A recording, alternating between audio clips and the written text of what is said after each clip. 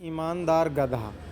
एक गांव में एक व्यापारी हुआ करता था जिसके पास एक भूरा नाम का गधा था। उस गधे में एक खासियत ये था कि वो इंसानों की तरह बात करता था, लेकिन व्यापारी उस भूरा नाम के गधे से बहुत ज़्यादा काम करवाता था। ईमानदार गधा इतना काम करने के बावजूद भी भूरा अपने मालिक से काफ़ी प्यार करता था, जबकि उसका मालिक भूरा को खाना भी कम देता था। भूरा के माँ बाप भी उसी व्यापारी के यहाँ काम करते थे। उस व्यापारी की एक छोटी सी बेटी थी जिसे भूरा स्कूल छोड़ने के लिए ले जाता था और वापस घर भी लाता था।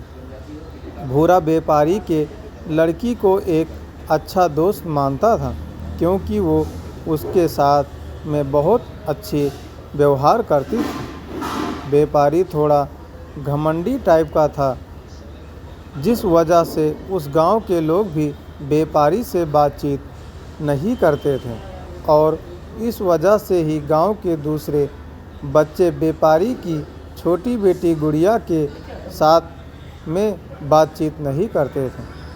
अब गुड़िया के पास सिर्फ एक ही दोस्त था, भूरा। वो उसी के साथ स्कूल जाती थी और उसी के साथ खेलती भी थी। एक दिन की बात है, जब भूरा और व्यापारी दोनों एक जंगल से होते हुए घर जा रहे थे और रात का समय हो गया था। फिर एक शेर ने उन दोनों के सामने आकर खड़ा हो गया और पूछने लगा कि बताओ, मैं तुम दोनों में से पहले किसको खाऊं? व्यापारी रो रो कर बोलने लगा कि मुझे मत खाओ, मैं बहुत गरीब हूँ, तुम इस गधे को खा जाओ, क्योंकि इसका कोई नहीं है और ये किसी काम का नहीं है। शेर ने व्यापारी को जानने के लिए बोला और फिर व्यापारी वहाँ से भागने लगा। इतने में वो शेर एक देवी का रूप ले ली, क्योंकि वो शेर नहीं बल्कि एक देवी थी, और वो भूरा से बोलने लगी कि तुम जिसे अपना मालिक समझते हो, जिसका जान बचाने के लिए अपना जान दांव पर लगाए हो, वो तुम्हारे लिए कुछ भी नहीं सोचता है।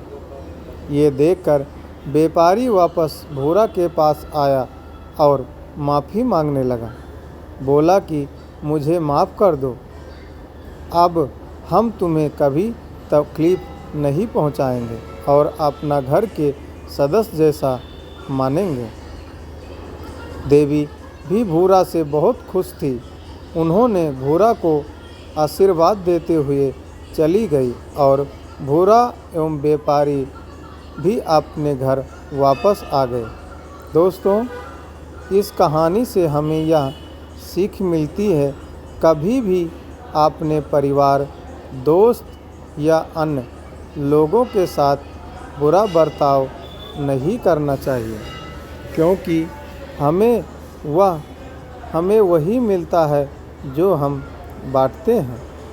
दोस्तों, और ऐसी ढेर सारी प्रेरणादायक कहानी को सुनने के लिए प्लीज़ हमारे चैनल को लाइक, कमेंट, सब्सक्राइब करें और अपना प्यार आशीर्वाद हमें दें।